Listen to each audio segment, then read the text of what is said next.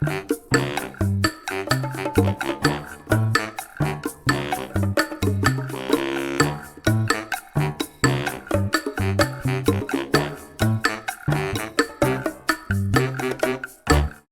você tá ligadaço nas emoções do Suquinho Podcast. Sim, nós estamos ao vivo, só que não, isso é uma gravação. Hoje, que dia é hoje, Rodemir? Hoje é dia 31 de março de 2024. 31, domingo de Páscoa, exatamente às 20 horas. Nós estamos aqui fazendo hoje um suquinho pascual, digamos assim. Boa noite, Rodebush. Melhor do que pão com banha, diria, melhor do que chocolate. Não, chocolate, cara. Chocolate é bom, né? Desde sexta-feira eu tô, assim, salivando para comer um chocolate. Então, ontem, no sábado e hoje, muito chocolate na minha vida, na sua vida também é o que eu desejo. Para adoçar a vida, né? Para adoçar a vida. Isso aí. Tony, muito boa noite. Boa noite a vocês dois, ao pastor que está conosco hoje. E a gente vem aqui para falar de Páscoa. Hoje, Páscoa, vamos falar de Páscoa. Tony, cadê as tuas orelhinhas de coelhinho e o narizinho do coelhinho? É aquilo eu deixei em casa, porque eu achei que não ia dar certo aqui. Não ia dar certo. Cara, ia ser o pior coelhinho que ia ver na minha paz. Sério. Esse fosse... Fica, querido. Não te abala. Hoje é domingo de Páscoa. Hoje a gente pode. Tu me perdoa, né? Tá, cara? claro. Tá bom, então.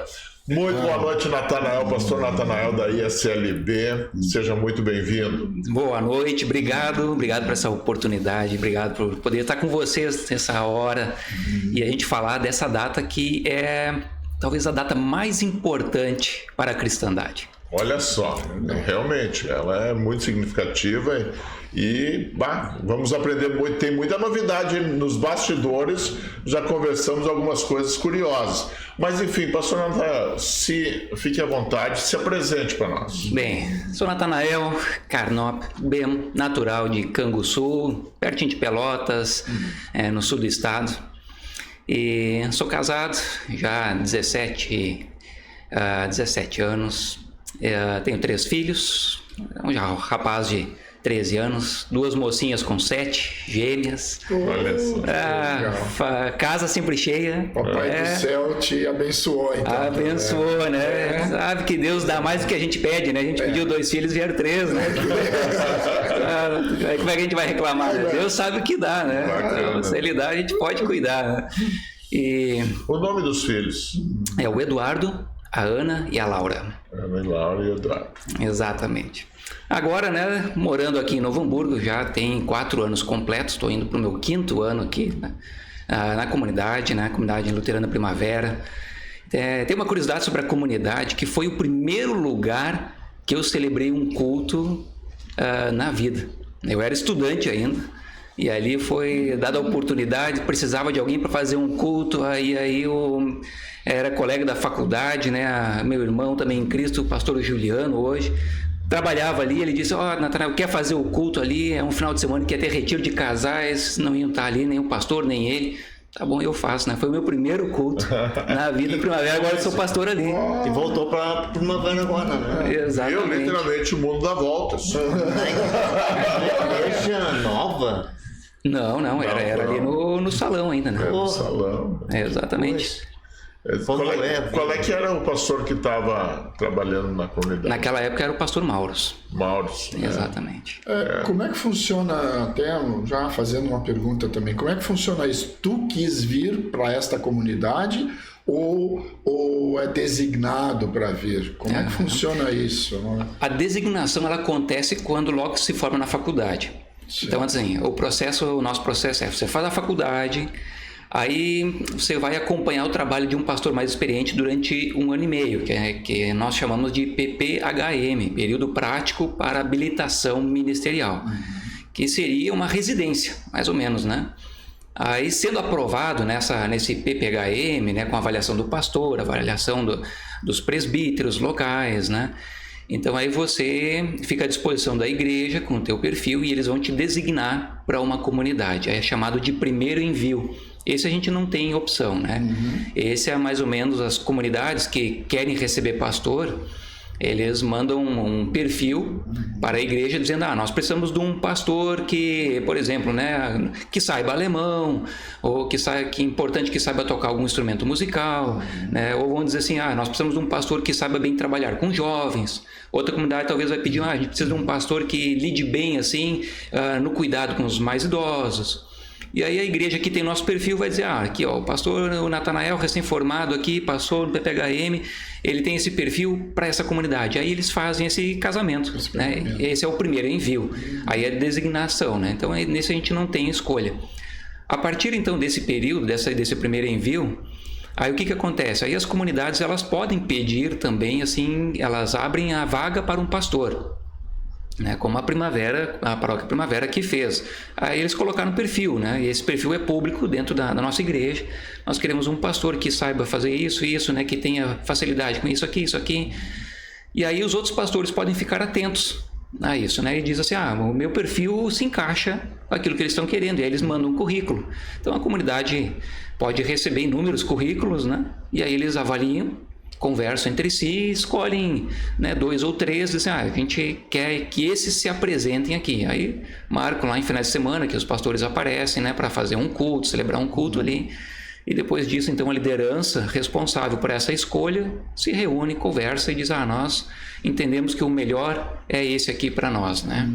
E tal. É assim que funciona, né? Às vezes existe umas conversas já prévias, que quando a comunidade sabe o que quer, porque já tem definido assim qual que é a linha de trabalho dela, então ela já vai mais ou menos num pastor que já tem aquela linha de trabalho. Diz, você tem interesse, né, de trabalhar com a gente? Manda o teu currículo. Mas está aberto a outros enviar currículo também, né? E aí todos são avaliados. O pastor foi se apresentar lá na Primavera, acho que era um domingo de chuva. E tinha almoço com a comunidade. Era Juventude. Pois é, ele foi Tinha um evento. E um evento especial. Foi lá, comeu de graça, um churrasco, sei lá o que que tinha lá. Ô, Tony. Cara, pelo amor de Deus, cara. Ele já começou assim. Começou assim, cara. E por isso que ele veio, cara. Aí ele disse, aqui mesmo eu quero ficar. Coisa horrível, cara. Não, o Tony nem falou ainda que pagaram para eu vir, né? Aí ele pagaram? Pagaram para eu vir aqui. Mas eu dizer, aqui que eu vou ficar mesmo. Tu vinha da onde? No Espírito Santo, trabalhei lá em São Gabriel da Palha, estava lá 7 anos. Logo que eu terminei meu PPHM, eu trabalhei em São Leopoldo. Ali eu fiquei 3 anos, esse foi meu primeiro envio. E dali eu fui para então, o Espírito Santo, 7 anos trabalhando lá. E aí lá era uma paróquia grande, nós tínhamos uma equipe, nós éramos 3 pastores, já ordenados pela igreja, reconhecidos como pastores da igreja, e um teólogo contratado. Era uma equipe bem grande lá. 7 anos e depois... Inclusive a minha sobrinha também, a Natália Lemertz, ela se formou agora como missionária, né? E ela foi designada para o Tocantins. Nossa. Ela foi para lá agora, há poucos dias atrás. Ela foi para o Tocantins. Então, é um primeiro envio assim meio encaminhado, né? Depois a gente quer ver se ela consegue vir para mais próximo, né? Mas enfim, são as experiências. Mas como foi a tua inspiração? Qual é que foi o momento que tu disse assim, eu quero ser pastor? Isso são várias coisas que acontecem, na verdade, até chegar a essa conclusão, né? Então, primeiro, assim, tem a tua vontade pessoal que desperta, mas precisa também de ter um reconhecimento público que você tem dom para isso. Mas como é que cheguei até lá, né? Eu comecei a minha participação mais ativa na igreja, eu tinha 11 anos. Na época, foi um momento que comecei a participar e tal, mas assim, muito mais talvez naquele momento assim que os pais dizem. Isso lá em Canguçu. Em Canguçu. Muito mais assim porque os pais diziam, tem que ir. Mas eles mesmos não iam muito, mas eles diziam para mim, tem que ir. E eu, sinceramente, naquela época eu não gostava. Eu ia muitas vezes bravo, ou muitas vezes chegava, porque o encontro de jovens para adolescentes era sábado de tarde, então eu chegava sábado, eu ficava em oração, pedindo para Deus não deixar minha mãe se lembrar de me mandar para a igreja. Olha só. Nossa Senhora! Mas o culto era que horas? O culto era no domingo, né? O encontro era sábado de tarde, nosso encontro de adolescentes. Eu queria ir no encontro jovem, né? Eu orava para isso, né? Para Deus não deixar minha mãe se lembrar de me mandar para a igreja. Mas aí aconteceu que aí foi organizado na cidade lá uma grande evangelização, uma grande equipe foi de Curitiba para lá. Então, um pastor que pregou naquela evangelização de 3 dias, levou toda uma equipe de estudantes que faziam a faculdade lá em Curitiba, onde a Natália também estudou. E aí lá uma moça ficou na nossa casa, né? Então eles precisavam dormir na casa de membros, né? E aí meus pais dizendo, puxa vida, por causa dessa moça nós vamos ter que ir nessa evangelização. Ia ficar feio, né? Ela ficar na nossa casa e a gente não ia na evangelização. E foi nessa evangelização que, pela graça de Deus, Deus tocou no coração da minha família, no meu também. Cara, a partir daquele momento, nunca mais eu fiz essa oração para Deus deixar minha mãe esquecer, né? Eu já me aprontava antes, ia, e ali houve um milagre assim de eu ter gosto de participar, né? Na igreja, de estar junto com os irmãos, naquela época todos nós adolescentes, né? E de ter esse convívio. E dali começou a desenvolver, né? Mais adiante aprendi a tocar violão, tocava em um grupo de louvor.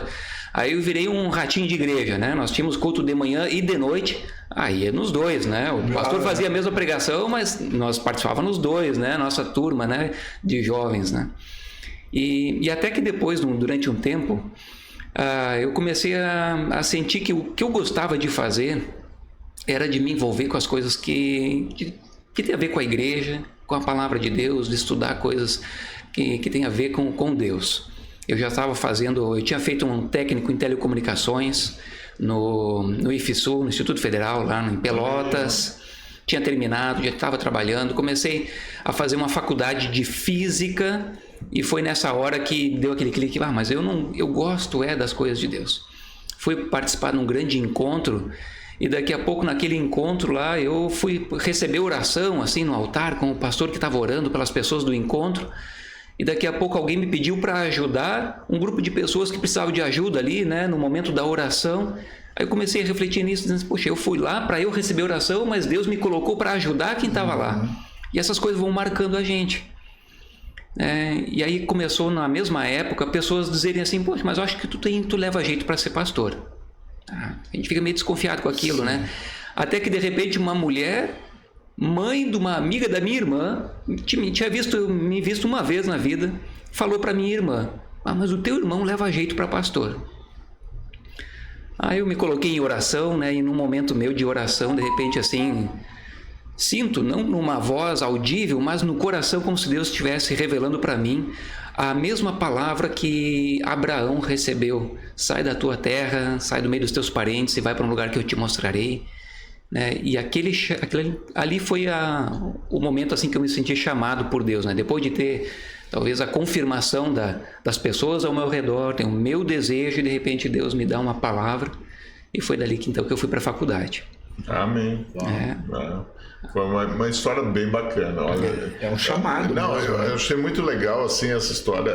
Inclusive, tu fazer oração para a mãe esquecer de te levar para a igreja. Mas assim, uma história toda. Tu falando dos eventos que aconteceram, me lembrou muito Encontrão. Encontrão também foi muito marcante para a gente sempre. O movimento Encontrão que a igreja faz na época do carnaval, né? Fazia, sim. Fazia, né? Também era um movimento muito marcante também, assim, era muito legal participar. Né? Nós também, na turma do Pirulito, nós temos um movimento muito marcante também, que é o Encontraço. O Encontro dos Palhaços. Encontro dos Palhaços. Isso é de quem tá mexendo, que veio lá da sua vida do grupo jovem católico, né? A Juca, eu participei 15 anos de grupos de jovens também, mas eu acho que o Tony até disse que já estava contando essa história para ti, já estava me dedurando aí. Fazendo relatório? Fazendo relatório ali. Aliás, tá sabendo, né? Ele contou tudo de ti, de mim. Sério? Ficou ruim? Tem que cuidar com o que a gente fala hoje. Afonso não falei nada. Obrigado. Aqui, ó, mora aqui, cara. Na tua mão. Foram 15 anos de convivência com padres e pastores, assim também, né? Com grupos de jovens. Eu não fui para a linha da religião tão forte como o Natanael, por exemplo. Natanael.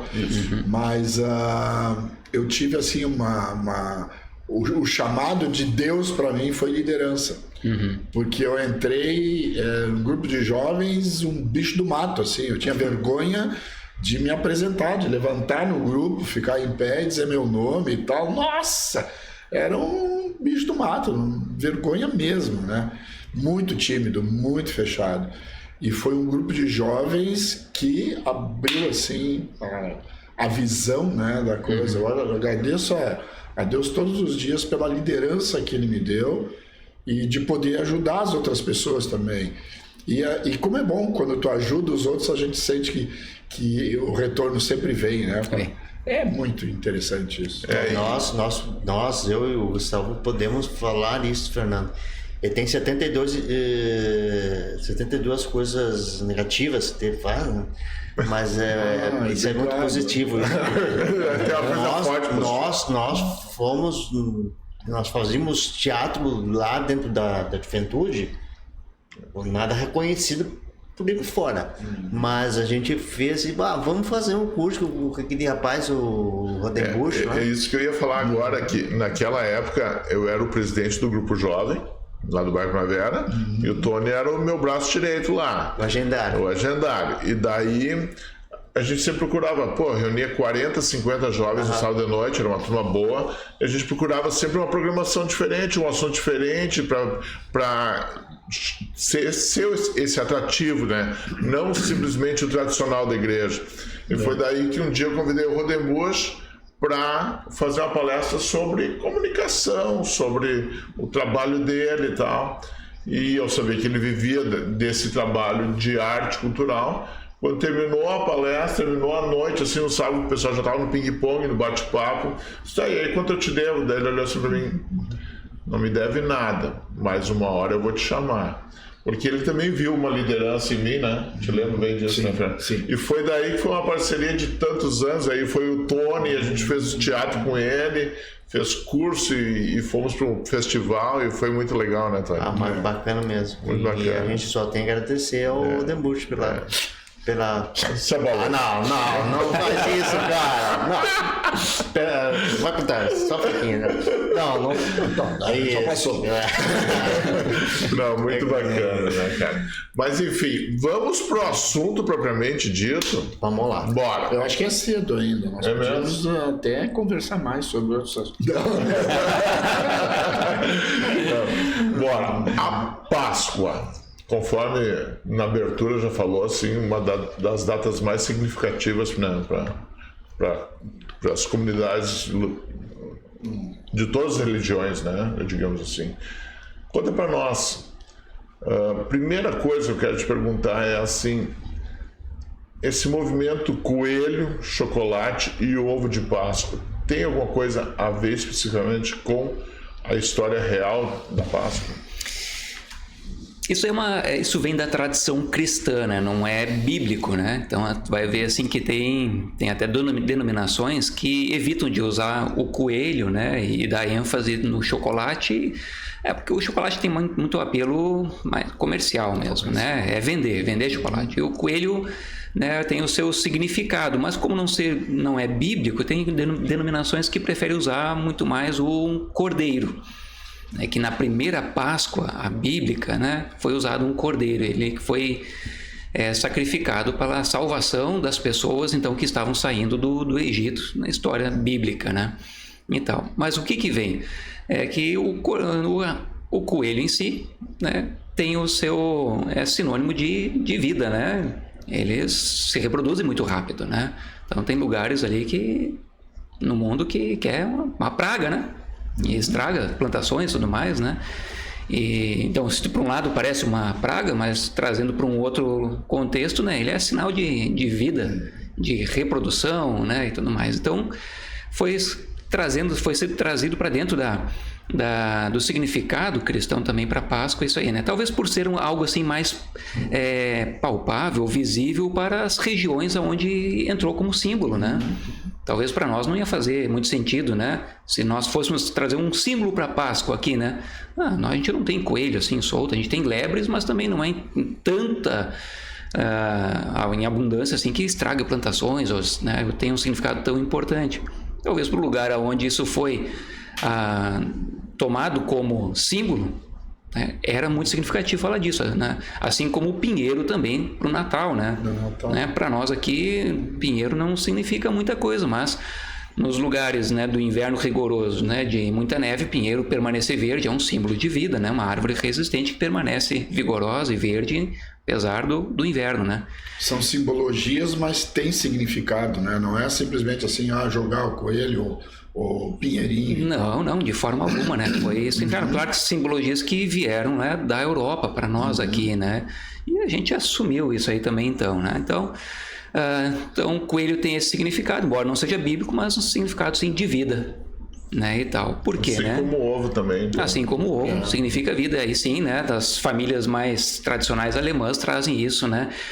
Agora não sei como é que é o termo em alemão, que fala da árvore de ovos, né? Assim como no Natal se monta um pinheiro, né? Na Páscoa se monta uma árvorezinha seca com ovos pendurados, né? Enfeites de ovos, né? Sim, eu tive no culto em Dois Irmãos com meu pai, e lá eles informaram que haveria montagem, primeiro no local específico lá, as crianças fariam a pintura dos ovos, prepararam tudo, e no domingo eles iriam montar a árvore dos ovos. Ele falou o termo em alemão, que eu não vou saber. Eu também não. Mas, talvez o Tony saiba.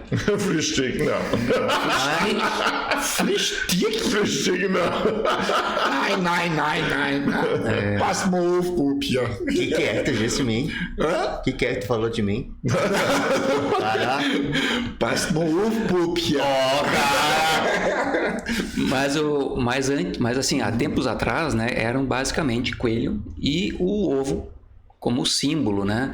E o ovo por causa da simbologia, que olhando por fora não tem nada, mas dentro se esconde uma vida nova, né? Agora que eu entendi o porquê a gente vai, né? A vida da gente vai ensinando coisas, tipo o cordeiro, né? Na igreja católica tem, eu não sei se na comunidade evangélica também, na evangélica, Cordeiro de Deus que tirai os pecados do mundo, dai-nos a paz. Por isso é que tem essa referência. Então, exatamente, né? Porque Jesus foi o Cordeiro que tirou os pecados de forma definitiva, nossa, né? Não que a gente não cometa pecados, mas ele, ao morrer na cruz, como um cordeiro que também, né, morre sem espernear, sem berrar, né? Ele morreu na cruz, se doou para tirar de nós, né, a condenação do pecado, né? Ainda cometo os meus erros, ainda falo coisas inapropriadas, penso coisas erradas, né? Mas não está mais sobre mim a condenação pelos meus pecados, que esse o Cordeiro já levou. E na primeira Páscoa relatada na Bíblia, quando o povo de Deus está saindo do Egito, né? Lá aconteceu também, né, que seria as pragas que Deus mandou sobre os egípcios para o faraó liberar o povo, né? A última praga foi a morte dos primogênitos, dos filhos mais velhos. E toda a família que não sacrificou um cordeiro, né, não assou ele para comer em celebração, não pegou o sangue desse cordeiro e pintou as portas das casas, todas as famílias que não fizeram isso tiveram seus primogênitos mortos naquela noite, né? Então ali o que aconteceu, né? Um cordeiro morreu para que dentro daquela casa ninguém morresse, né? E aí Jesus depois então morre para que nenhuma pessoa que crê nele viesse a morrer. Então por isso, né, esse é, vamos dizer assim, um símbolo talvez bem melhor para nós trazermos para a Páscoa, né? Assim, um cordeiro que se doou, né? Eu acho que até é um símbolo até melhor do que em si o coelho que dá um ovo, né? Que talvez para criança fica meio... Tem que ser criança mesmo para imaginar um coelho que dá ovo e o ovo é de chocolate ainda, né? É ovo de chocolate. Mas então, falando assim até... Como a gente sabe que essa live ela vai adiante, muitas pessoas de muitos crédulos e outras sem crédulo, inclusive, falando do real momento da Páscoa. Relata para nós um pouquinho o que a Bíblia fala desse momento específico. como foi esse momento, a Via Cruz, como é que aconteceu isso? Certo, né? Bem, então já expus um pouquinho assim lá do passado, né? A Páscoa significa passagem, né? Isso aí, quem guarda muito bem esse feriado, esse dia, né? São os judeus, que até hoje lembram, né? Comemoram a Páscoa também dentro da celebração, mas é uma celebração bem mais padrão do Antigo Testamento, assim, né? As comidas, o que eles usam para simbolizar. Jesus, ele não inventou a Páscoa, não inaugurou a Páscoa, ele morre num final de semana em que os judeus comemorariam a Páscoa e ressuscita no dia, então, no domingo da Páscoa. Aí eles, na verdade, o que acontece quando Jesus... já existia a Páscoa antes de Jesus ser crucificado. Já existia, os judeus, não por ordem de Deus, essa é uma das grandes festas que eles deveriam se reunir na capital, em Jerusalém, em torno do templo para celebrar. Era a ordem deles, anualmente, comemorarem e lembrarem por gerações seguintes, né? Lembrarem desse dia, né? O dia que eles foram libertos da escravidão, da passagem da escravidão para a liberdade, né? E eles usavam esse termo, falando em português, Páscoa? Não sei bem como é que é como é que se diz, né, em hebraico, mas é bem semelhante à palavra Páscoa mesmo. E então, quando Jesus ele vai para Jerusalém, ele já vai sabendo o que é esse final de semana de comemoração. A Jerusalém está lotada de pessoas, né, dos judeus ali mesmo, né, das redondezas, mas também de judeus que vêm de fora, judeus que vêm de outras, que são judeus, mas que estão habitando em outras regiões, né, espalhados pelo Império Greco-Romano, né, eles migram também para lá por devoção, então enche a cidade. E é nessa semana, então, quando Jesus chega, né, chega no que nós lembramos do Domingo de Ramos, Jesus é recebido como rei. Então tem momentos ali durante a semana que ele tem um grande embate com os fariseus, questiona muito, né, critica muitas atitudes dos fariseus, e isso vai pesando sobre Jesus, porque os fariseus não gostavam por causa das duras críticas que Jesus fazia à religiosidade dos fariseus da época, né? O ensino deles era um ensino bom, mas eles ensinavam uma coisa, mas praticavam outra, e Jesus era duro e criticava muito isso. E aí essas coisas vão assim borbulhando no caldeirão, né? Assim, né? Vão aumentando o calor, né? A tensão, até que chega um momento lá que, né, a gente entende assim como também sendo de Deus, né? Deus escolheu alguém para isso e tinha que ser assim. Judas traz Jesus e entrega então a liderança dos judeus, né? Isso acontece bem nessa semana, que seria uma semana de festa. Eu imagino até que quando Jesus, ainda na quinta-feira, antes de ser traído e levado à condenação, diz a Bíblia que ele se retira depois da Santa Ceia com seus discípulos, isso acontece na quinta noite, ele se retira para o jardim do Getsemane para orar, chama 3 discípulos para estar junto com ele, o Pedro, Tiago e João, eram os mais próximos. Chega num determinado local que Jesus diz: agora vocês fiquem aqui, fiquem vigiando comigo, orem, eu vou mais à frente. E ali Jesus ora, e a angústia dele é tão grande que ele até mesmo transpira sangue. Eu escutei uma vez um amigo, né, cristão, ele era enfermeiro, né, ele estudou, fez enfermagem, ele diz que é possível em casos de extrema angústia a pessoa transpirar sangue, porque os vasos se rompem e mistura com o sangue, né? De tanta angústia que a pessoa está vivendo. E Jesus transpirou sangue, aí ele retorna para os seus amigos ali, né? Que eles estavam dormindo, né?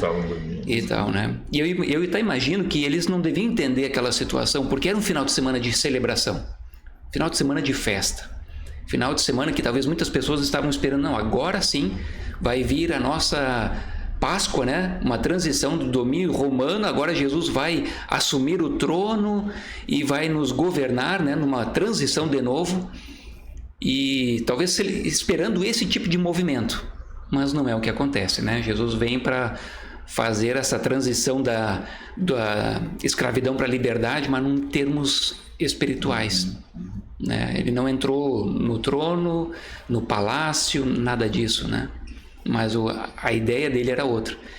E não foi entendido isso, né? Não foi compreendido na hora, mesmo que Jesus tivesse avisado os discípulos, né? Eu vou morrer, mas no terceiro dia eu vou ressuscitar, mas na hora que isso acontece, cada um vaza para um lado, né? Cada um se some, né? Há um medo entre os seus discípulos generalizado, assim, né? Que coisa incrível, né? Tipo assim, Jesus era sabedor das coisas que Davi, por exemplo, tinha escrito nos Salmos. Isaías, 600 anos antes, havia falado, e outros profetas. Jesus era ciente disso. Que ele iria sofrer. Ele era ciente. Tem uma parte interessante, assim, só fazer um parênteses, né? Que tem uma hora, tem algum momento, assim, do ministério de Jesus que ele escolhe os seus discípulos, né? Escolhe 12 apóstolos que caminham mais de perto.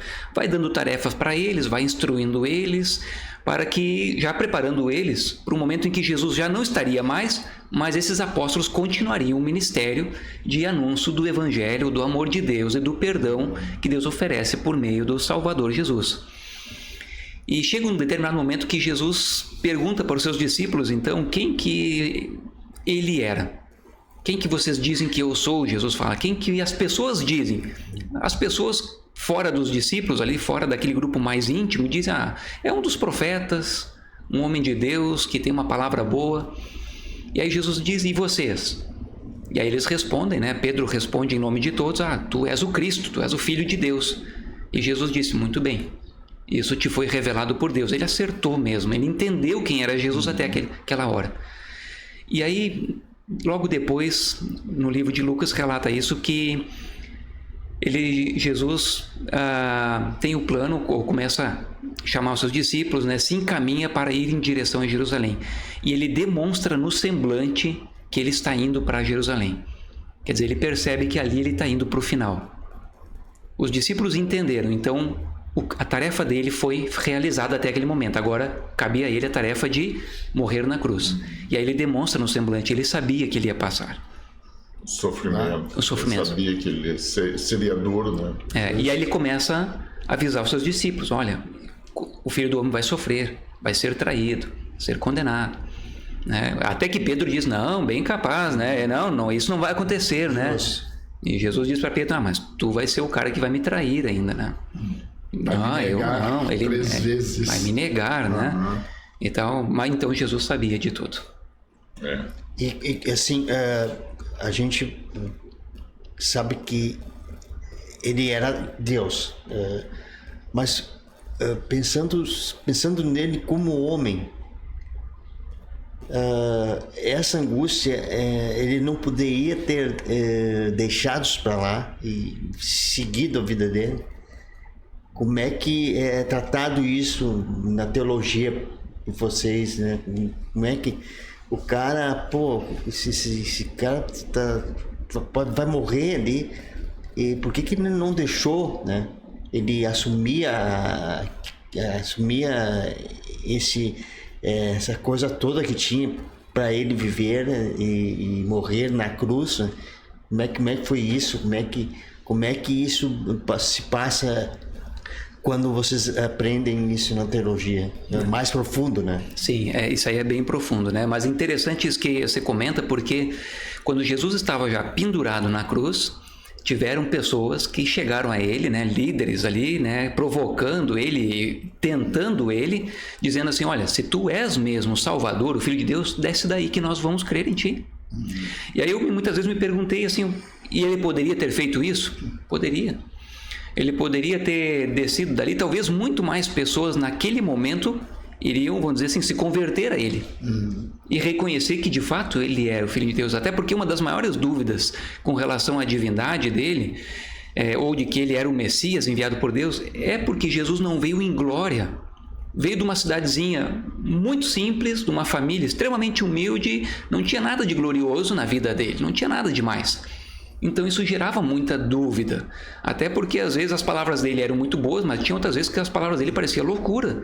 Teve uma hora que Jesus começou a falar sobre que ele ia dar a carne dele em favor das pessoas e quem comesse a carne dele teria vida. Isso pareceu uma conversa meio para canibal, né? E teve muita gente que abandonou ele ali. Sim. Abandonou, então... As pessoas não conseguiram interpretar ele, né? Não conseguiram. O que ele ia dizer a realidade, né? Hoje a gente lê isso aí, para nós parece meio óbvio que ele até está falando, né, do seu corpo e do seu sangue entregue por nós, né? Para nós uma referência clara à própria Santa Ceia que nós celebramos nas igrejas cristãs, né? Mas por que ele teve que morrer então? Isso é muito interessante porque ele teve que morrer por causa de uma lei antiga, que nós muito bem conhecemos. A lei que diz assim: se você faz uma coisa de errado, você tem que pagar. Né? Se você comete um crime na sociedade, você tem que pagar por isso. Ele não tinha pecados. Ele não tinha pecados. Né? Mas quem tinha pecados? Era a humanidade. Né? O que a comunidade... Mas aí tem uma questão importante também. A humanidade tem pecado contra quem? Né? A gente comete erros um com o outro. Isso sim. Eu peco, né, em pensamento, eu peco em palavras, peco em ações, eu ofendo pessoas, às vezes sem querer, muitas vezes sem querer, mas algumas vezes até por querer, falo coisas que podem machucar e ferir uma pessoa. Eu tenho que pedir perdão para essa pessoa. Então, o meu pecado é contra pessoas, mas, em primeiro lugar, o meu pecado é contra o Criador. Agora imagina, né, que o Criador, o Deus que criou o céu e a terra, que fez todas as coisas perfeitas, né? Ele que, segundo a palavra, diz que ele é santo, santo, santo, né? Porque não existe, né? Como é que se diz? O hiperlativo santíssimo. Então se falava 3 vezes, santo, santo, santo, de tão santo que ele é. Ele não é como nós, ele não pensa como nós, ele não age como nós. E ele não tem os mesmos sentimentos que nós, ele não está suscetível a pecados como nós estamos, a erros e falhas como nós estamos, por causa dos nossos sentimentos voláteis. Na hora a gente está super bem, alegre, quando vê a gente está no fundo do poço, numa tristeza, cheio de raiva e ira. Viu que te falei? Deus não é afetado por essas coisas, então ele é santo. E aí, diante de Deus, o mínimo pensamento errado que eu tenho já é uma grande mancha na minha vida diante de Deus. Já é assim notório, assim, eu não sou como Deus, eu já tenho um grande erro. Tanto é que Jesus, né, quando ele está no Sermão do Monte conversando com as pessoas, ele diz assim, olha, né, se você só pensar de forma impura com relação a uma mulher, cara, você já adulterou. Não é uma questão de ir para um quarto com ela e se relacionar com ela intimamente. Não, se você já pensou, isso já demonstra que você é pecador. Agora eu quero falar. Posso falar? Pode falar. Não, sabe que essa é uma das coisas que me intriga muito. Seria uma pergunta para ti também. O que é pecado? O que é o pecado?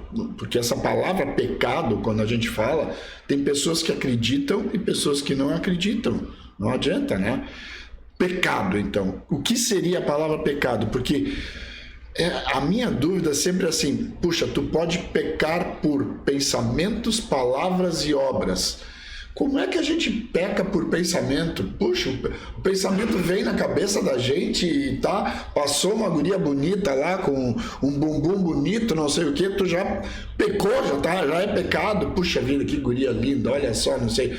Pensamentos, palavras e obras. Como é que a gente consegue fugir disso? De pecar por pensamentos. A parte do pensamento, essa é mais complicado de a gente até entender. Por quê, né? Porque a tentação não é pecado. O pecado é quando você pratica aquilo que você tem desejo de fazer. A tentação é a tua vontade ali, né? Então você está sendo tentado, né? Você está num momento de ira aqui, você está com vontade de chutar o balde, né? E derrubar o pau da barraca e acabar com tudo, né? Certo. Enquanto você está com essa vontade, mas você não pratica, bom, você está sendo tentado, mas você não cometeu o pecado, você não pôs em ação, né? Mas isso no que diz respeito aqui, o nosso convívio, né? A hora que eu virar essa mesa, sacudir tudo, mas aí foi uma agressão a vocês. Sim. Aí eu claramente expus o que está no meu pensamento e aí eu cometi um pecado contra vocês, né? Mas na minha mente, né, quando eu estou com a minha raiva e com vontade de levantar essa mesa, chutar o balde, isso já mostra a minha fragilidade diante de um Deus que é santo. E aí eu tô dizendo assim, Deus, olha, eu por dentro eu tô quebrado, eu tô com vontade de chutar o balde, só por ti eu não faço, mas por dentro eu tô arrasado, por dentro eu tô com muita ira, por dentro eu tô pecando. É difícil assim, de a gente conjugar as duas coisas, né? Tu pode olhar assim por uma moça e ver, diz, bonita ela, né? Bonito o corpo dela, e só até aí. Isso não foi pecado, porque, né, tu ver e dizer, não, é bonita. Mas agora você começa a alimentar mais pensamentos. Além desses, bom, aí tu já está em pensamentos impuros, em pensamentos de pecado. Mas a questão toda é de a gente reconhecer a nossa situação diante de Deus, né? Então, uma coisa é o nosso pecado que ofende a Deus, que é grave a Deus, e aí a Bíblia diz que nós já nascemos nessa condição de pecadores, por causa lá do Adão e da Eva. Eu ia dizer, tudo isso por causa da louca que comeu a maçã. Tudo isso por causa da louca que comeu a maçã. E ofereceu lá pro homem lá que sem juízo comeu também, né? Foi junto, né? Então dali a gente já nasce com essa impureza, né? Vamos imaginar aí que, né, diante de Deus, que é uma luz claríssima, né, como nós temos aqui no estúdio, né, a gente é uma telinha com uma mancha. Não tem como não ver aquela mancha, né? Às vezes assim, eu reparo em casa, assim, na parede branca, quando vê, olha um ponto preto, caramba, teve uma mosca que batizou ali, né, que fez aquele cocô. Agora eu sempre enxergo aquela mancha ali, né? Por menor que seja, fica evidente diante de uma luz. Claro que se a gente está num lugar escuro, eu até brinco às vezes, né, que o problema de limpeza dentro de casa é a quantidade de luz, né? Se tu tira a luz, a casa tá limpa. Quanto mais na escuridão a gente tá, menos sujeira a gente vê. Mas agora imagina um Deus que é santo, santo, santo, né? A gente vai olhar para a nossa vida e dizer, nossa vida sempre tem algum problema. Né? Sempre tem algum problema, né? Agora, diante da sociedade, eu vou dizer assim, não, mas até que eu não sou tão ruim na sociedade, eu faço boas coisas, ajudo pessoas, eu sou um bom vizinho, né? Eu procuro com palavras ajudar as pessoas. Aí meu nível talvez está um pouquinho melhor, mas a gente tem que se comparar nessa hora com Deus. E é por isso que Jesus não pôde fugir daquilo que estava planejado para ele, né? Por quê? Já que o nosso pecado é tão ofensivo a Deus, que é santo, santo, santo, somente alguém extremamente perfeito é que poderia pagar pelo preço, né? Como é que eu, sujo, vou me limpar de um Deus tão santo assim? Não tinha como eu me limpar diante dele. Só alguém muito limpo, santo, santo, santo como Deus é, sem nenhuma mancha, só ele poderia me limpar da minha sujeira, né? Então, por isso que não poderia, de uma outra forma, acontecer, tinha que ser o próprio Filho de Deus, né? Quer dizer, a culpa tem que ser paga com um sangue, e o sangue tinha que ser um sangue de alguém muito perfeito, e não só perfeito o relacionamento entre as pessoas, mas perfeito diante do Pai. Perfeito. Blaut Lehmann Soluções Automotivas, 60 anos fazendo um bom serviço em Novo Hamburgo. Cafab, distribuidor de equipamentos e autopeças, e BL Autopeças, Estância Velha, Ivoti, 2 Irmãos, Novo Hamburgo, Campo Bom, Sapiranga e Parobé. Brasileirinha, vamos andar de elétricas, brasileirinhas, as bicicletas Magu, olha, tá caprichando aí, hein? Coisa linda demais. Olha só isso aí. Aliás, o Magu podia estar aqui, né? LS Brindes, as nossas xícaras aí, o meu amigo Luiz Chu fazendo um bom trabalho personalizado nas xícaras, LS Brindes. Aqui aparece até a do suquinho ali. É mesmo? Tintacinos, é a loja de tintas na Charlau, do meu amigo Julinho, grande amigão nosso aí, e uma boa qualidade e preço. Visto seu destino, nosso design, conduzindo seu sucesso com tráfego pago e design gráfico, 998343735. E a Companhia do Chopp, sim, o melhor chopp, as melhores marcas em Novo Hamburgo, Canoas, Atlântida, Tramandaí, agora abrindo em Estância Velha e Campo Bom. Pastor, por que vinho e não chopp? Pois é. Boa, boa. Por que vinho e não chopp? Não existia chopp na época. Não existia, né? E poderia ter sido o suco de uva também, né? Suco de uva, né? Poderia, né? Mas hoje usam na Santa Ceia o suco de uva, até em função, né, de saúde, né? Exatamente, saúde, né? Mas conta para nós a história do vinho, assim. O vinho, pela simbologia que todo a Bíblia traz, né, da história entre os judeus, né, que o vinho sempre foi, na verdade não o vinho, mas o fruto da videira, a uva em si, o símbolo de vida. Então, por isso, né, em si, o vinho, que a gente fala isso aqui, né, o fruto da videira, ele é sinônimo de vida, né, a vida que foi entregue por nós, que foi derramada por nós na cruz, né, e tudo mais. E as celebrações do povo de Deus era usado também, então, como era o fruto da videira, como esse sinal de vida, né, de celebração, né, e tal. Não era, a questão não era se embriagar. Hoje, talvez as pessoas dizem assim, eu só me sinto bem, né, depois de tomar algumas, fazendo uma referência à embriaguez, que aí tu te solta. Lá não era uma questão de se soltar, mas era de desfrutar daquele elemento que é sinônimo de vida. E é nas comemorações, né? Videira, então. E por isso, que né? o Magu não está aqui hoje, então eu comecei a entender. Não, na verdade o Magu, ele participa conosco aqui, ele é um ex-seminarista. É por isso que eu achei que seria legal se ele pudesse, mas ele estava com um compromisso particular aí, familiar, mas enfim. E ele é um gringo, né, de sobrenome italiano, Da Guiné. pai da mãe. Ele não toma vinho. Ele não gosta de vinho. Ele é um gringo tabajara. O gringo que não toma vinho é tabajara. Um abraço, Magu, meu querido. Tá aí, viu? Mas então, olha só, quer dizer que o vinho tem a situação da videira, vida. Ó, eu nunca tinha feito essa conexão, mas é legal. É isso aí. E hoje, né, as igrejas usam o suco da uva, né, porque é o fruto da videira ainda, né? E não alcoólico, né? Por respeito, né? Por amor àquelas pessoas que precisam evitar o primeiro gole, né? Então, por cuidado a esses, né, se oferece o suco. E tem o lance dos diabéticos também, né? Que não podem, em função do suco de uva, ter açúcar, né? Também. Aí também é um problema, né? Daí, o que faz? Uhum. E agora? É que também a gente entende que é um momento, um simbolismo muito grande, mas também uma porção muito pequena que eu acho que não seria um extremo. O diabetes está numa situação extrema para não poder tomar aquele pequeno gole do suco de uva, né? Isso a pessoa consegue medir, assim, ela própria, né? Sabendo da sua condição, ela sabe o quanto que ela pode, né? Isso. Então, porque não tem a ver com a quantidade, né? O tamanho do gole que se dá, né? Assim, para a pessoa se sentir, então, na presença de Deus, né? Naquele momento ali de sacramento, né? Então, já levei Santa Ceia, assim, para as pessoas hospitalizadas que não conseguiam engolir. Então era assim, o pedaço de pão era minúsculo, né, bem pequenininho mesmo, né, que aquilo praticamente desmanchava na boca, né, o pedacinho da hóstia, né, e o suco era quase para molhar os lábios, né. Sim. É muito mais aquele momento de comunhão, que aí é importante. A Santa Ceia nunca celebra sozinho, sempre em comunhão. Então você vai levar. A pessoa às vezes dizia assim: pastor, pode visitar meu pai, está no hospital, levar a Santa Ceia para ele. Vamos, mas aí tu participa junto. Vai tomar nós 3 ou mais alguém familiar, entre 4, né? Porque ali mostra que Jesus se entregou para sermos uma igreja, um corpo dele, né? Para sermos família da fé ali naquele lugar, né? Então, diferente do que o sacramento do batismo, que aí é um chamado pessoal, né? É tu que vai ser batizado, né? Então Deus te chama pelo teu nome e dizendo tu é meu.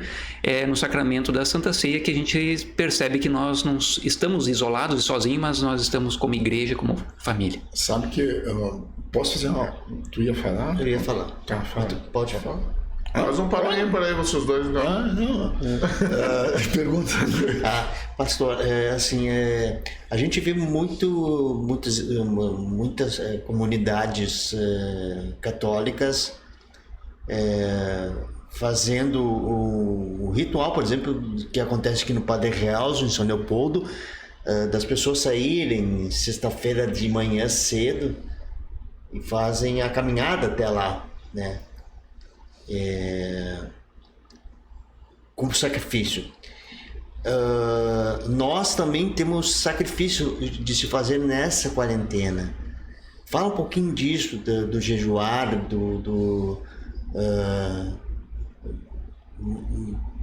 as pessoas Fabinho, tu não vai jantar? Não, hoje eu não vou jantar. Essa coisa assim de fazer o sacrifício como é elaborado isso para vocês? Vocês, os pastores solicitam que se faça e como é que é feito isso para vocês? E acho que é interessante nós fazermos também. Como é que funciona? Certo. A gente incentiva, né, as pessoas que quiserem, né, anima elas a nesse período da quaresma, né, também oferecerem de alguma forma o seu sacrifício a Deus, né? Quer dizer, fazer algo diferente naquele tempo de quaresma, num sentido assim de se reconectar ou se aproximar ainda mais de Deus, né? Nesse sentido. Então é uma tarefa espiritual. Vocês vão lembrar talvez assim, né, que no passado, pelo menos eu de cidade pequena assim, sabia dessas histórias assim, que no passado, no tempo da quaresma, não se comemorava nada, não se celebrava nenhum casamento, não se tinha festa. Isso eu me lembro muito dos meus avós contar que esse período aí não tinha bailes, né, coisas assim. Um período santo, um período em que você não festeja, mas você lembra do que Jesus passou. É um tempo de meditar nessas coisas, né, de voltar a mente, o coração para Jesus, né? Uma vez que ele, sendo santo, sem nenhum pecado, se doou por nós, então é hora de eu pensar, opa, mas o que eu estou fazendo, né, com essa mensagem, né, ou diante desse Deus que fez tudo isso por mim, né, e sem eu merecer, né? Então é hora de eles se abstinham de muitas coisas, né? De festa, aniversários, né? Eu ficava pensando, imagina a pessoa que nasceu naquele período ali, né? Vai comemorar aniversário antes ou depois, porque não era festa também, então não se comemorava, né? Então isso ainda está na memória, ainda está de algumas pessoas, principalmente mais antigas, né? De fazer algo assim e tal. A gente incentiva, né? Porque é um período importante de a gente meditar. Tanto é que, por exemplo, na nossa igreja, nos cultos, a gente sempre tem mensagens focadas já na direção da Páscoa, Sexta-feira Santa, a ressurreição, nessa linha, já preparando as pessoas, ajudando elas a meditarem sobre isso aí, né, e tal. Mas o sentido sempre tem que ser da pessoa querer se aproximar de novo de Deus, né? Seria uma espécie de um período de meditação mais forte, né, Exatamente. De estudo e oração mais forte. O que a pessoa pode fazer, né, nesse período aí, talvez de se abster de algumas coisas, né? Por exemplo, né, vai marcar de fazer jejum uma vez por semana, né, ou se abster de algum período do dia e aquele alimento não vai comer, mas não pode ser só se abster por se abster, né? Então deixou de, por exemplo, jantar, mas naquele período, né, vai pegar a sua Bíblia, vai ler, né, o Evangelho, né, de novo se voltar ali para Jesus, o que ele fez, né, e tal, né, fazendo isso aí. Não comer carne. Não comer carne é outra coisa, né? O peixe. Exatamente, né? O peixe pode, a carne não. Por causa da carne vermelha, né? Como Jesus derramou seu sangue, então uma forma talvez de lembrar isso, né? Dizer, não, vamos se abster de carne vermelha porque Jesus entregou a sua carne por nós, né? E peixe não é tido como carne vermelha, né? Então, por isso come peixe, mas não a carne, né? Aí a pessoa diz assim, mas é pecado comer carne? Essa pergunta é boa também, né? Que muitas pessoas fazem, né? Não. Pecado não existe nenhuma regra, nenhuma lei que se diga não pode. Assim como a gente usa, né, tem o símbolo da Páscoa, né, o coelho, né, não é bíblico, e a gente tem assim como símbolo, né, foi adotado, né. Então, se existe também aquela ideia de que na Sexta-feira Santa não pode comer carne. Não, mas isso é uma convenção que vem de muitos anos entre os cristãos que se abstiveram, né, de comer carne por causa de Jesus. Então, no lugar, come o peixe, né, que não é carne vermelha, tudo mais. Mas se alguém comer um churrasco, não teria problema. Sabe que a pergunta que eu ia fazer antes também, em relação à interpretação, né? Por que existem várias religiões e por que existe o catolicismo e o ecumenismo, né, também, enfim, por que a interpretação é tão disparada, às vezes há um disparate de interpretações das igrejas e de nós, qualquer um de nós. Se eu pegar a Bíblia e ler algum trecho da Bíblia, eu vou interpretar de uma maneira, você vai interpretar de outra, o Tony de outra, o Guga de outra maneira e tal. Isso é um pouco complicado para a gente, isso é difícil às vezes de entender o porquê existe essa diferença, né? Assim, como é que tu poderia nos ajudar, digamos assim, nisso, nessa interpretação da Bíblia, principalmente? Aquilo que está escrito, né? É o que está escrito, mas ainda assim aquilo que está escrito tem que ser bem estudado, né? Bem aprofundado, assim, né?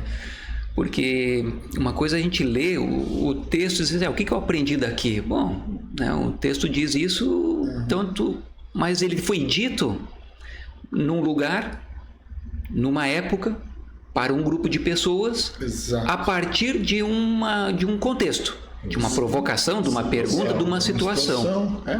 Então, quando a gente tem em mente e entende claramente isso aí, para quem foi dito, qual lugar, qual a época, qual o contexto, isso nos ajuda a ter um entendimento mais fiel do texto. Perfeito. Então, mas é muito comum assim, né? A partir do momento que todo mundo tem acesso, e a gente incentiva, claro, para todas as pessoas lerem a Bíblia, e precisam ler a Bíblia. Ela fala por si mesma, mas a gente tem que se aprofundar nela também. E aí é importante a gente também ouvir a pregação de alguém que tem as ferramentas mais apropriadas para estudar a Bíblia, né? Para comunicar a Bíblia, né? E como pastor, vocês estudam, falando em ti agora, né? Vocês estudam praticamente semanalmente, diariamente, para poder interpretar bem isso. A gente estuda, né? E não só a Bíblia, como o que ela está escrito, mas a gente estuda a história também, né? A gente estuda, por exemplo, a história de Israel, do Antigo Testamento, dos profetas, o seu contexto. A gente estuda no Novo Testamento como é que era aquela situação, o que as pessoas acreditavam, né? Sobre a libertação delas, como é que viria, como é que não viria. Então, por isso até que em torno de Jesus havia inúmeras expectativas diferentes, né? Um achava que ele seria um líder militar, outro achava que ele seria um sacerdote, queria reorganizar de novo as coisas, né? Então tinha muitas expectativas diferentes. Então a gente estuda um pouco mais disso para entender melhor e conseguir interpretar melhor também as mensagens contidas na palavra, né? Para não ficar só de pegarmos um versículo bíblico e extrair aquilo fora do seu contexto. Dessa forma, né, a gente pode usar textos bíblicos para argumentar qualquer coisa. Isso que eu ia dizer agora, a Bíblia é um livro tão antigo e tão atual, né? Porque a gente consegue encaixar o texto dentro da situação que tu está vivendo. Então, e isso é interpretação. Esse é o fato. Dentro dessa interpretação que o Fernando está falando, os judeus, por exemplo, eles não comemoram a Páscoa? A Páscoa sim. A Páscoa sim. O Natal que não. Porque eles não reconhecem Jesus como o Filho de Deus, o Salvador, né? Estão esperando para quando? Para quando ele surgir. Boa pergunta, então. Eles estão... Como é que vai saber? Eles ainda esperam. Mais uma dessa eu vou embora. Tá anotando aí. Tá anotando. Eles ainda aguardam a manifestação do Messias. Agora, não tenho certeza, né, assim, o que eles veem como sinal mesmo da chegada do Messias. De que forma eles têm isso, né? Qual é a expectativa deles com relação a isso? Porque quando Jesus veio, alguns judeus na época creram, muitos outros não. Né? E os que não creram, claro, da liderança, né? Porque, claro, Jesus estava no povo judeu, né? Muitos seguiram Jesus, sim, mas entre a liderança judaica, né? Eles tinham uma expectativa. Alguns reconheceram que Jesus era o Messias, outros não, né? Então eu não sei ainda hoje o que eles aguardam ver. Mas essa é... É tão bonita o povo judeu, é bonito o que eles fazem, né? E assim, estão perdidos. Não, e o que é mais triste disso tudo é que naquela terra santa lá, hoje está virado em guerra, né? Isso é muito triste. Isso, a gente fica pensando assim, poxa vida, um local de referência para a humanidade, né? E o homem está chegando a esse ponto de um local que deveria ser preservado e todas as pessoas do mundo deveriam ter a oportunidade de conhecer e pisar naquela terra lá onde aconteceu toda a história. Hoje está virado em guerra. É muito absurdo isso. O que o homem está fazendo?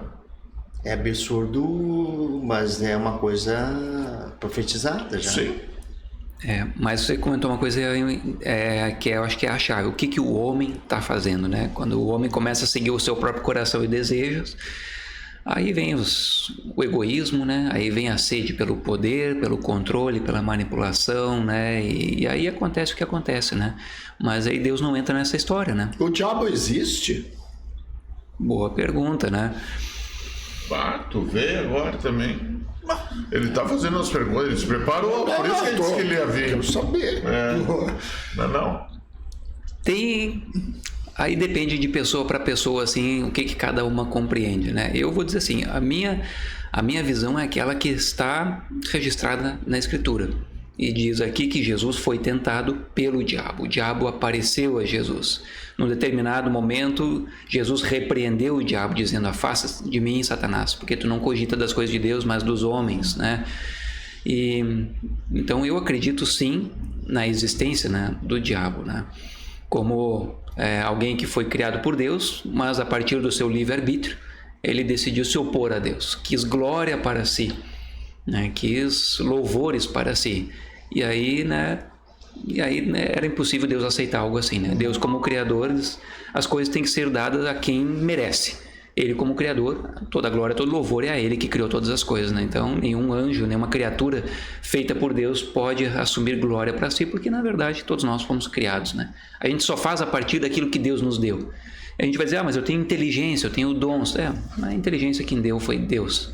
Os dons foram dados por Deus também, né? Então, ainda nós não temos nada nosso, né? O que melhora, a melhor palavra bíblica de Jó, dizendo: nu eu vim a esse mundo e nu eu vou voltar, né? Vim sem nada eu vou voltar, né? Tudo é de Deus, glória a Ele por isso, né? Então, mas eu creio sim na existência dele, né? Como alguém que, da mesma forma como o Espírito Santo, né, vem nos inspirar para o caminho certo, ele vem para nos induzir, o diabo vem para nos induzir ao caminho errado. Mas eu não acho que, vou dizer assim, não penso que a culpa pelas minhas atitudes, né, é do diabo. Dizer: é ele que me fez. Não. Ele pode ter sugerido. Perfeito. Eu tomei a decisão de fazer. Assim como o Espírito Santo me sugere. E eu tomo a decisão de fazer ou não o que o Espírito Santo sugere. A gente tem alguns diabinhos espalhados por esse mundo, né? Alguns deles, a liderança principalmente, muitas vezes ela é a liderança errada e liderança ruim, justamente por essa indução, digamos assim, do diabo. Então é isso. É o livre-arbítrio, né? O livre-arbítrio. Que acaba sendo para os dois lados, né? A tentação, positivo e o lado negativo, principalmente. Né? Eu ontem fui assistir um filme, a história de Ruston, não sei o que. É um senhor que foi jovem uma vez e bem no período da guerra ali, 39, e o amigo dele estava em Belfast, eu achei isso. E estava lá no meio do conflito, né, recebendo refugiados vindos da Iugoslávia e que ficavam ali no início do inverno, ficavam lá apenas com uma loninha tapando eles estavam assim, e ele estava na Inglaterra e ele foi para lá. Não, eu vou, porque meu amigo está pedindo, vou lá, vou ficar uma semana, porque eu trabalho no banco e eu tenho que voltar, ficar uma semana lá. E ele foi para lá e ele começou a ver o que aquelas crianças estavam passando lá. E ele pensou em tirá-las de lá e levar lá para a Inglaterra, onde teria pais lá que pegariam essas crianças. E isso tudo muito difícil Cara, e ele pedindo ajuda, até que conseguiu, né, aquela coisa. E Hitler vinha vindo para cima daquele local lá, e o nono trem que ia para Inglaterra lá não saiu. Aquelas crianças foram... Ele salvou 669, eu acho, tá? Crianças. E mostra essa história toda, é real, né? Fato verídico. Fato verídico, e é muito legal o filme, muito jóia. Tu sai emocionado realmente. Tá? Tu vê uma pessoa que trabalhava no banco e do nada foi a pedido para dar uma olhada e tomar uma atitude dessa. Por que essa pessoa fez isso, né? O Espírito Santo chegou nela e disse, né? Vá para lá e faz. E ele foi. E por que Hitler fez aquilo lá, matando aquelas crianças? Crianças não, matando toda aquela gentarada lá, mas... Judeus. Por vaidade dele, por vontade dele, porque queria ser uma raça, né? Então é um... Louco. Loucura. É um troço... Mas loucura pelo poder, loucura pelas suas razões de ser, entendeu? Então, quer dizer, isso aí tem no mundo todo e todas as épocas, né? Sim. E essa é a verdade. E é aí que nós estamos ponderando, né? O bem e o mal, né? Os dois lados da face, né? É verdade. É incrível mesmo. Já que eu estou nessa linha, vamos lá. Céu, inferno, purgatório, paraíso. Como é que o pastor vê essas palavras? Né?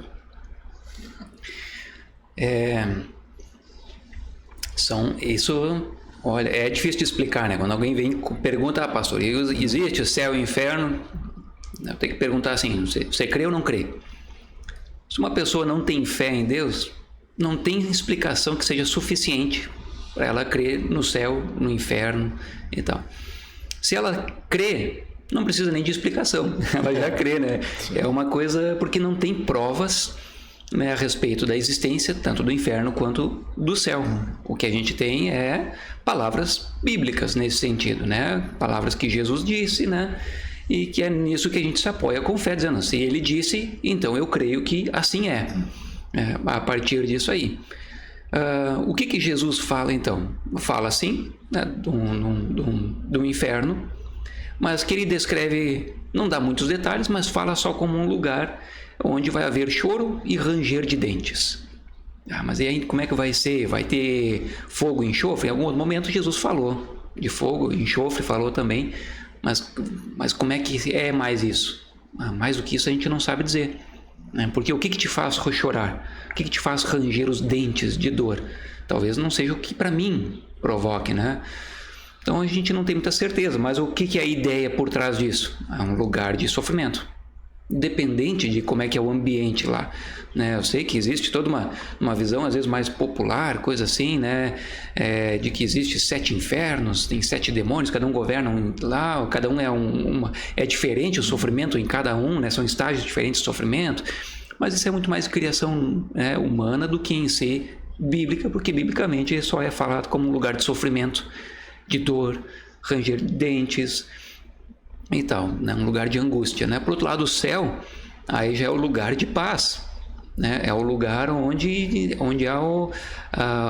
nós vamos nos deparar com a presença de Deus, e onde Deus está, a visão sempre é de um lugar maravilhoso, fala de uma glória, de uma coisa linda, né? E bem oposto ao próprio inferno, né?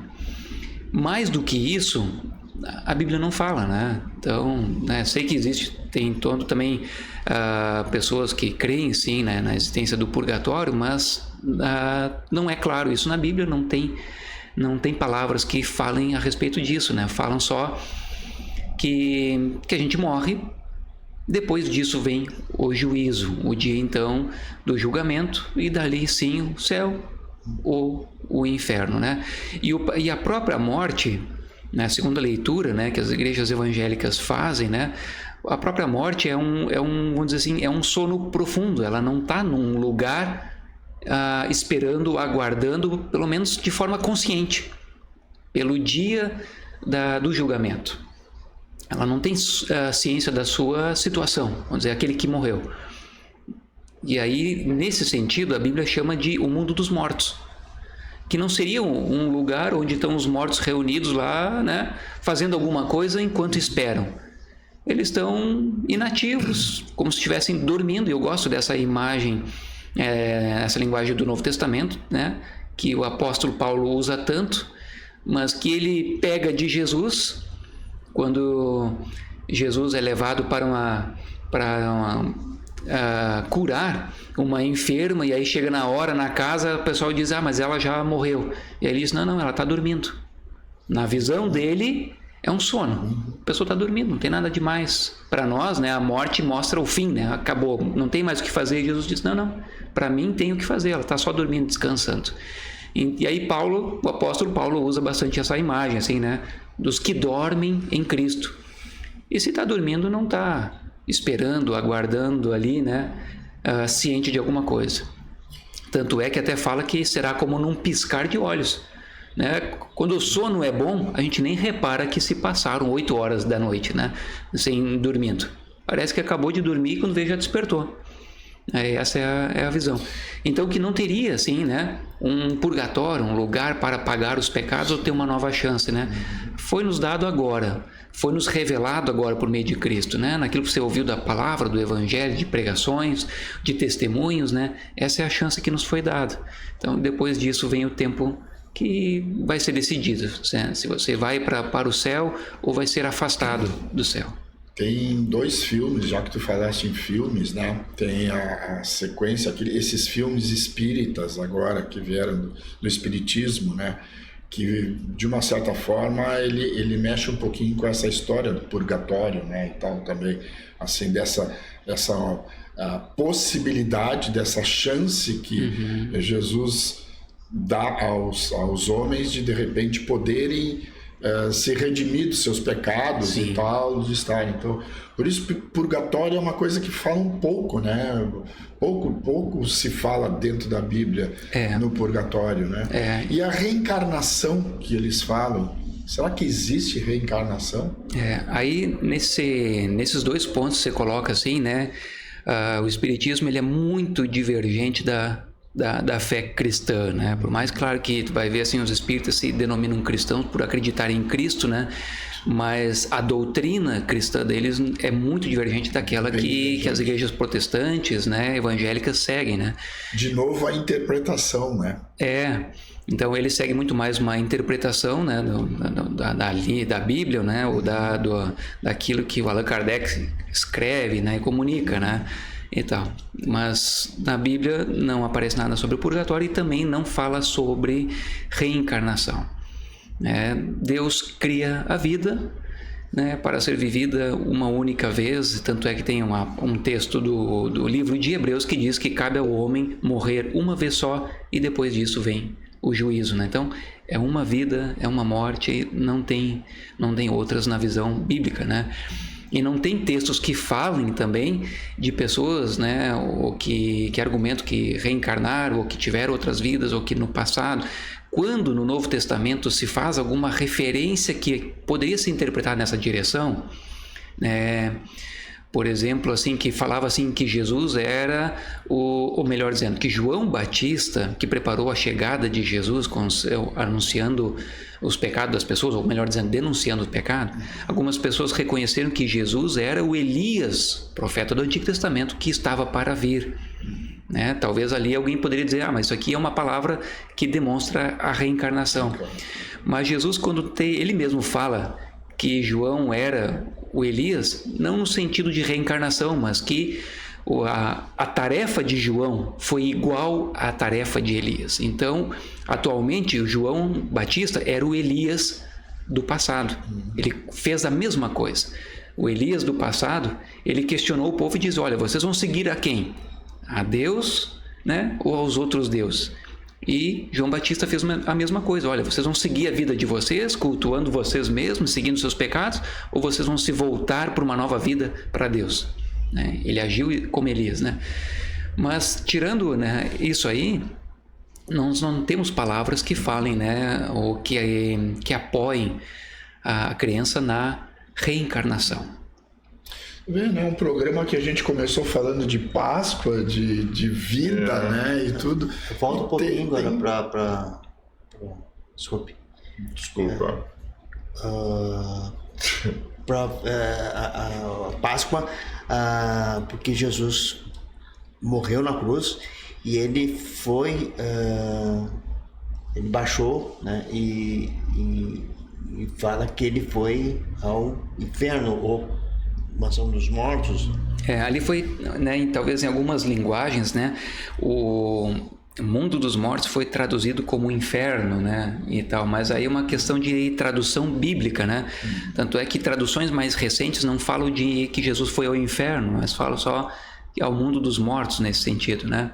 Na nossa confissão de fé, através das palavras do credo apostólico, também, né, no passado a gente confessava que ele desceu ao inferno e depois foi feita essa correção e desceu ao mundo dos mortos, né? E o mundo dos mortos, como antes eu comentei, né? Não como um lugar onde os mortos estão convivendo, né? Mas num lugar onde não há nada, assim, né? Eles estão num estado inerte, aguardando a manifestação. Dormindo. Como dormindo, melhor imagem, né? Aguardando o retorno. Mas eu acho que a gente tem que falar da ressurreição, né? A gente chegou até a crucificação, mas não falou da ressurreição, que é a Páscoa propriamente dita. Vamos lá, vamos falar um pouquinho. E esse, sim, né? A ressurreição. E agora eu não sei dizer o que é dali, talvez o mais importante, assim, a ressurreição, a morte de Jesus, né? Para os cristãos, né? E Jesus veio a este mundo porque ele precisava morrer em nosso lugar, né? O nosso pecado diante de Deus era tão grande, é tão extremo, por menor que a gente pense que seja, mas diante de um Deus tão santo, ele é muito grande, precisava do próprio Filho de Deus morrer por nós. Então, esse é o maior evento de todos, mas entre a morte e a ressurreição, eu não saberia dizer qual que é mais importante, porque se com a morte ele pagou o preço do nosso pecado, com a ressurreição ele nos dá a certeza, a confiança, ou nos dá o presente da vida eterna. A morte, né, a certeza que, bom, está tudo pago. Ele pagou tudo. Agora, o que acontece ali na Bíblia é que quando Jesus morreu, os discípulos ficaram desanimados, sem nenhuma esperança. Eles tinham convivido com Jesus por 3 anos, acreditaram em uma passagem de uma transformação do povo, né? Ou teve discípulo que era mais numa visão militar, outro mais para uma visão sacerdotal de Jesus, assim, né? Queria fazer uma transformação, né? Outro pensando assim mais no sentido mais do governo. Jesus ia assumir a sua posição de rei dessa nação, né? E aí quando vê, Jesus morre. Toda essa esperança foi água abaixo, né? Assim, né? E há uma grande tristeza, há um grande temor, né? Porque assim como fizeram com Jesus, poderiam fazer com seus seguidores, também seus discípulos, né? Que poderiam continuar levando à frente esse movimento. Então os discípulos estão reunidos numa casa fechada, né? Com medo, né? Essa é a situação. Mas quando Jesus ressuscita, aí começa a ter uma esperança. Então, quer dizer, não foi tudo em vão. O que eles ouviram, o que eles aprenderam, não foi em vão, não foi água abaixo, não. Continua valendo, né? Ele não está mais morto. Ele venceu até mesmo a morte. Os discípulos tinham visto Jesus ressuscitar outras pessoas. Mas uma coisa bem diferente é tu se auto-ressuscitar, né? Vamos dizer assim, né? E pelo poder de Deus é o que acontece com Jesus, né? Ele vem por ele mesmo, pela sua força, pelo seu poder. Ele vem dos mortos, ele torna a vida, né? Então isso mostra, né, o quão grandioso Jesus é e como não existe nada capaz de deter ele, né, a Jesus e o agir de Deus. Né? Nem mesmo a morte, que para nós a morte é o fim de tudo, acabou, não tem mais o que fazer, nem mesmo essa morte segura Jesus e ele vence a própria morte. Então é a palavra de esperança, né? Quando a gente fala de Páscoa, é sinal de esperança, de nova vida, com certeza que é o cerne da mensagem cristã, né? Uma nova vida. Está no meio de nós. E Ele está aqui entre nós, está aqui nesse mundo, né? Isso sim, né? Não é um Deus que morreu e ficou perdido e a gente não tem mais o auxílio dele, não tem o socorro dele. Não, Ele está vivo, está presente, Ele nos socorre, Ele nos ajuda, fala conosco, né? Através do Espírito Santo nos inspira a fazer coisas pelas pessoas, né? A viver com Deus também, né? Uma vida comprometida, né? Tá aí, tá agindo. E viver em harmonia, isso aí é uma qualidade de vida, isso faz uma diferença na vida da pessoa, né? Do que daí ouvindo todas as histórias e todas as situações que se criaram para chegar a esse ponto, né? A pessoa vai optar, não, eu vou optar entre ser um jaguar que é só aprontar para os outros, ou vou viver bem com as pessoas, né? É uma opção tão mais fácil, tão boa, a gente poder viver em harmonia, viver bem, viver feliz, né? Eu acho importante a palavra que tu colocou há pouco também, do livre-arbítrio, né? Tu tem a tua escolha de olhar o Suquinho Podcast ou então olhar uma outra coisa qualquer, né? E eu não estou chamando os outros podcasts de coisa qualquer, mas esse podcast de hoje é um podcast muito especial para nós, eu acredito. E para a data de hoje também, né? Eu acho que nós temos hoje um convidado muito especial, né? Que ele elucidou algumas coisas, pelo menos para minha cabeça, assim, a gente que já conviveu com isso durante... E é de milhares de pessoas. E de milhares de pessoas que podem ter essa oportunidade e ter interpretações diferentes, inclusive, né? Sim. Né? Que cada um tem o seu livre-arbítrio, o seu pensamento e tal.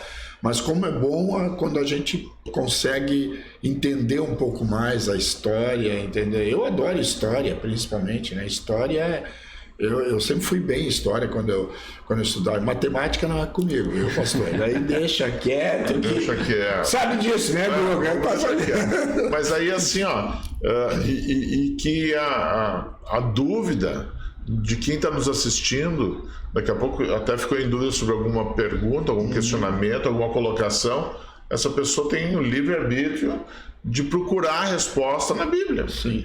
Né? Ou se aconselhar, inclusive, procurar perguntas para uma pessoa, para um pastor, alguém de um membro local onde a pessoa frequenta ou pode vir a frequentar. Ou fazer aquela despertada lá que o pastor teve naquele momento lá que ele decidiu ser pastor, né? Então, quer dizer, é legal isso que a gente também está fazendo nesse momento pascual, nesse momento de harmonia, né?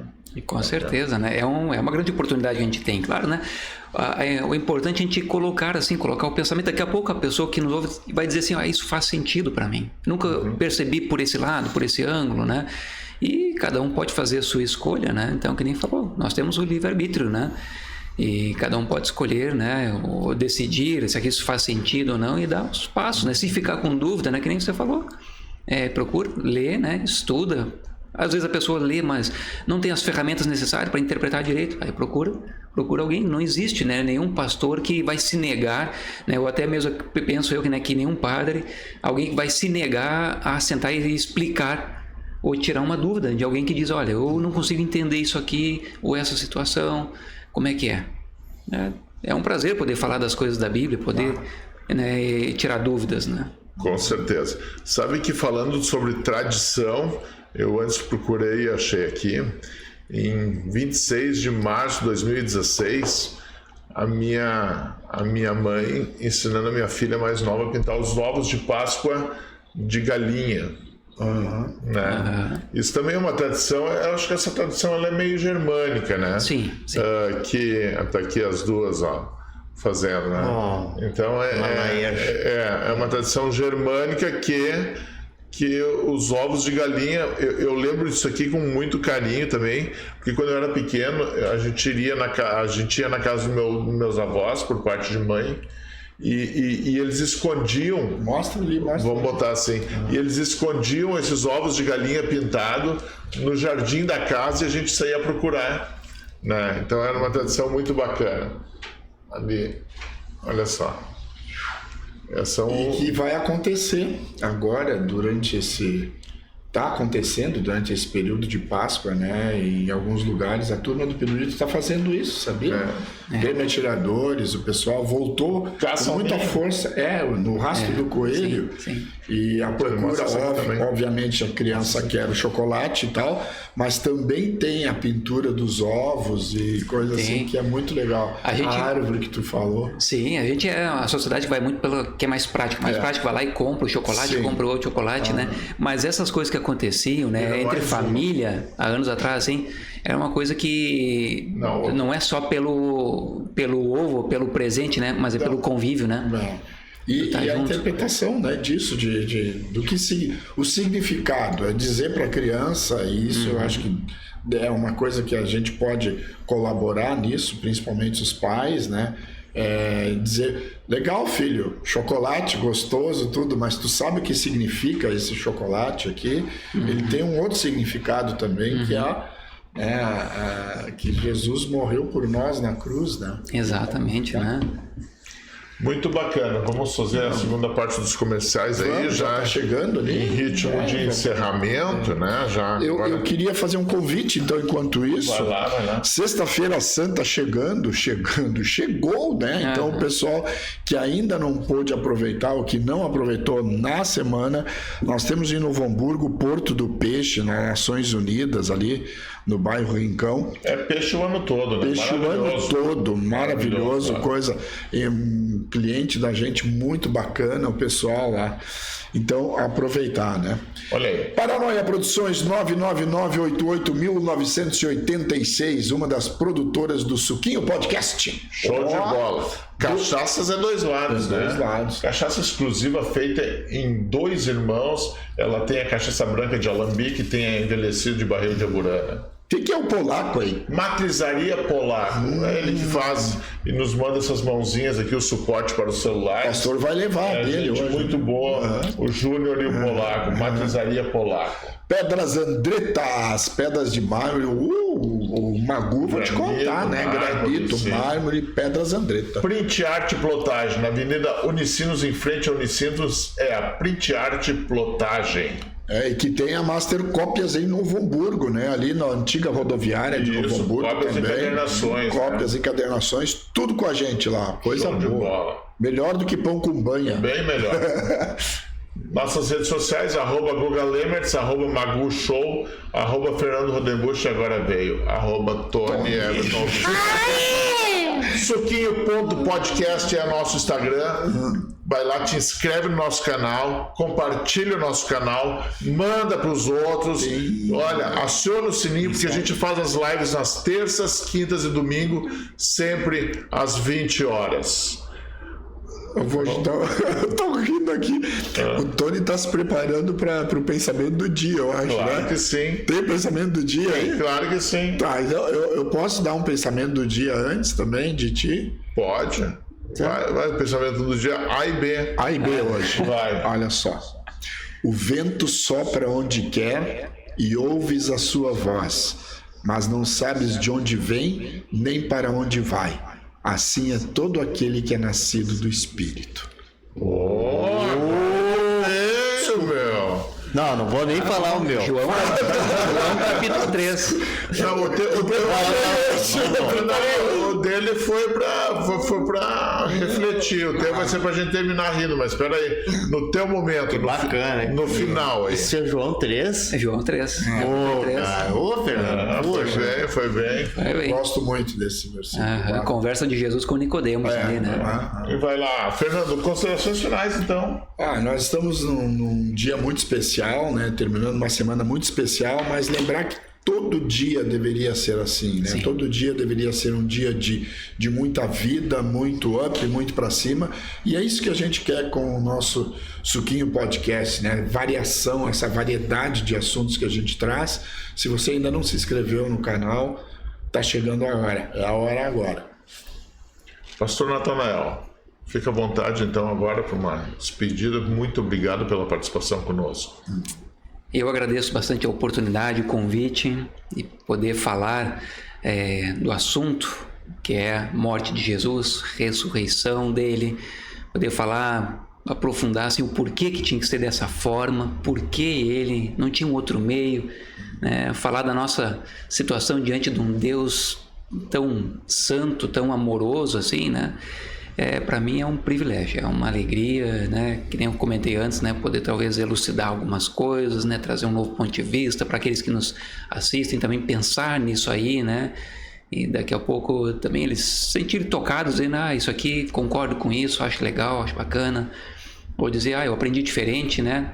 Nós respeitamos todas as pessoas, né? Todas as igrejas também nesse sentido.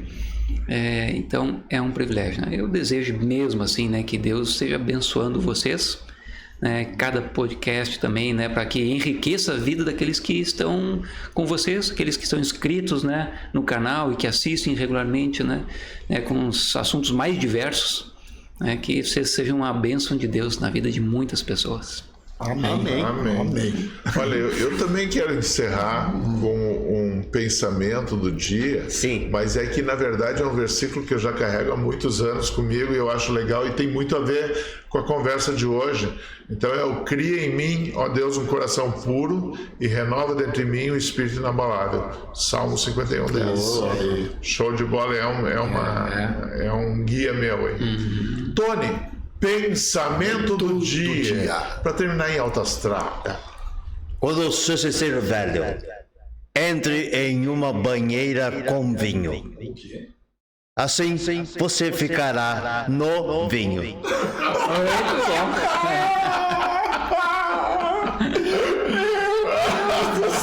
Muito obrigado a participação de todos aí e até a próxima. Na próxima terça-feira, às 20 horas, direto do Suquinho Podcast. Um abraço.